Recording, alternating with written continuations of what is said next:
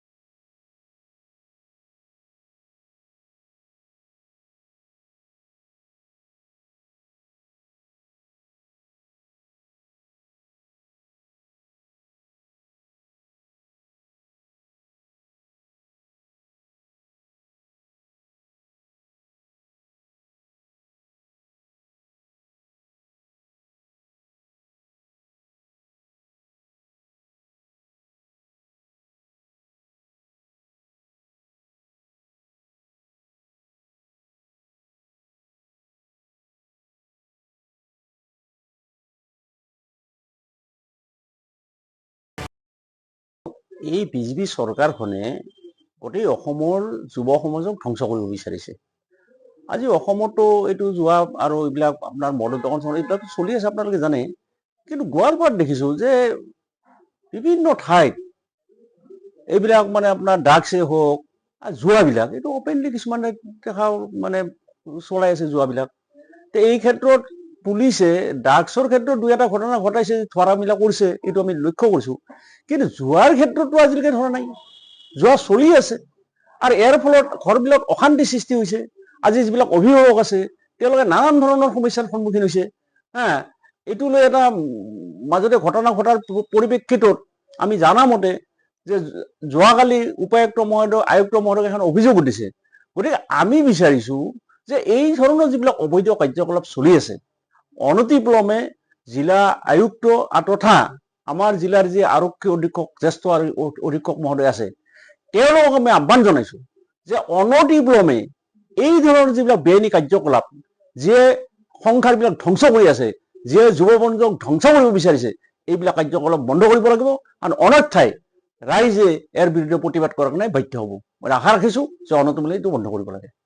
আমি গোৱালপাৰা জিলা ছাত্ৰ মুক্তি সংগ্ৰাম সমিতিয়ে লক্ষ্য কৰিছোঁ যে গোৱালপাৰা জিলাৰ মইলাপাথাৰৰ খুবেই কাষত এই ভাংগা বস্তিত মানে অবৈধভাৱে দিনে নিশাই জান্দি মুন্দি জুৱা খেল প্ৰচলন হৈ আছে। এই ক্ষেত্ৰত আমি দেখিবলৈ পাইছোঁ যে আমি বাৰম্বাৰ বিভিন্ন সচেতন ৰাইজে বা ৰাইজৰ অভিযোগ সূত্ৰে আমি জিলা প্ৰশাসনে জনাইছোঁ, আমি সদৰ থানা অচিলৈ জনাইছোঁ।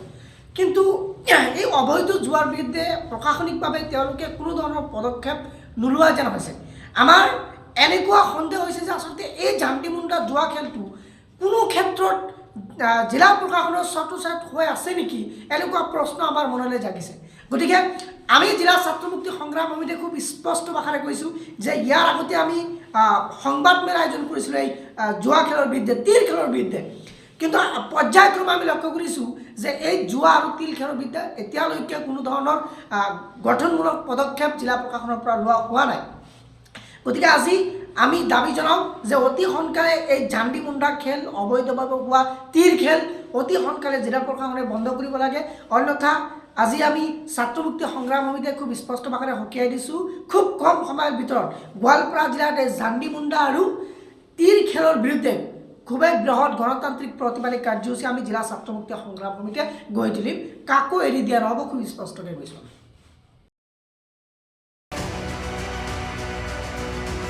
Bureau Report, Voice 365.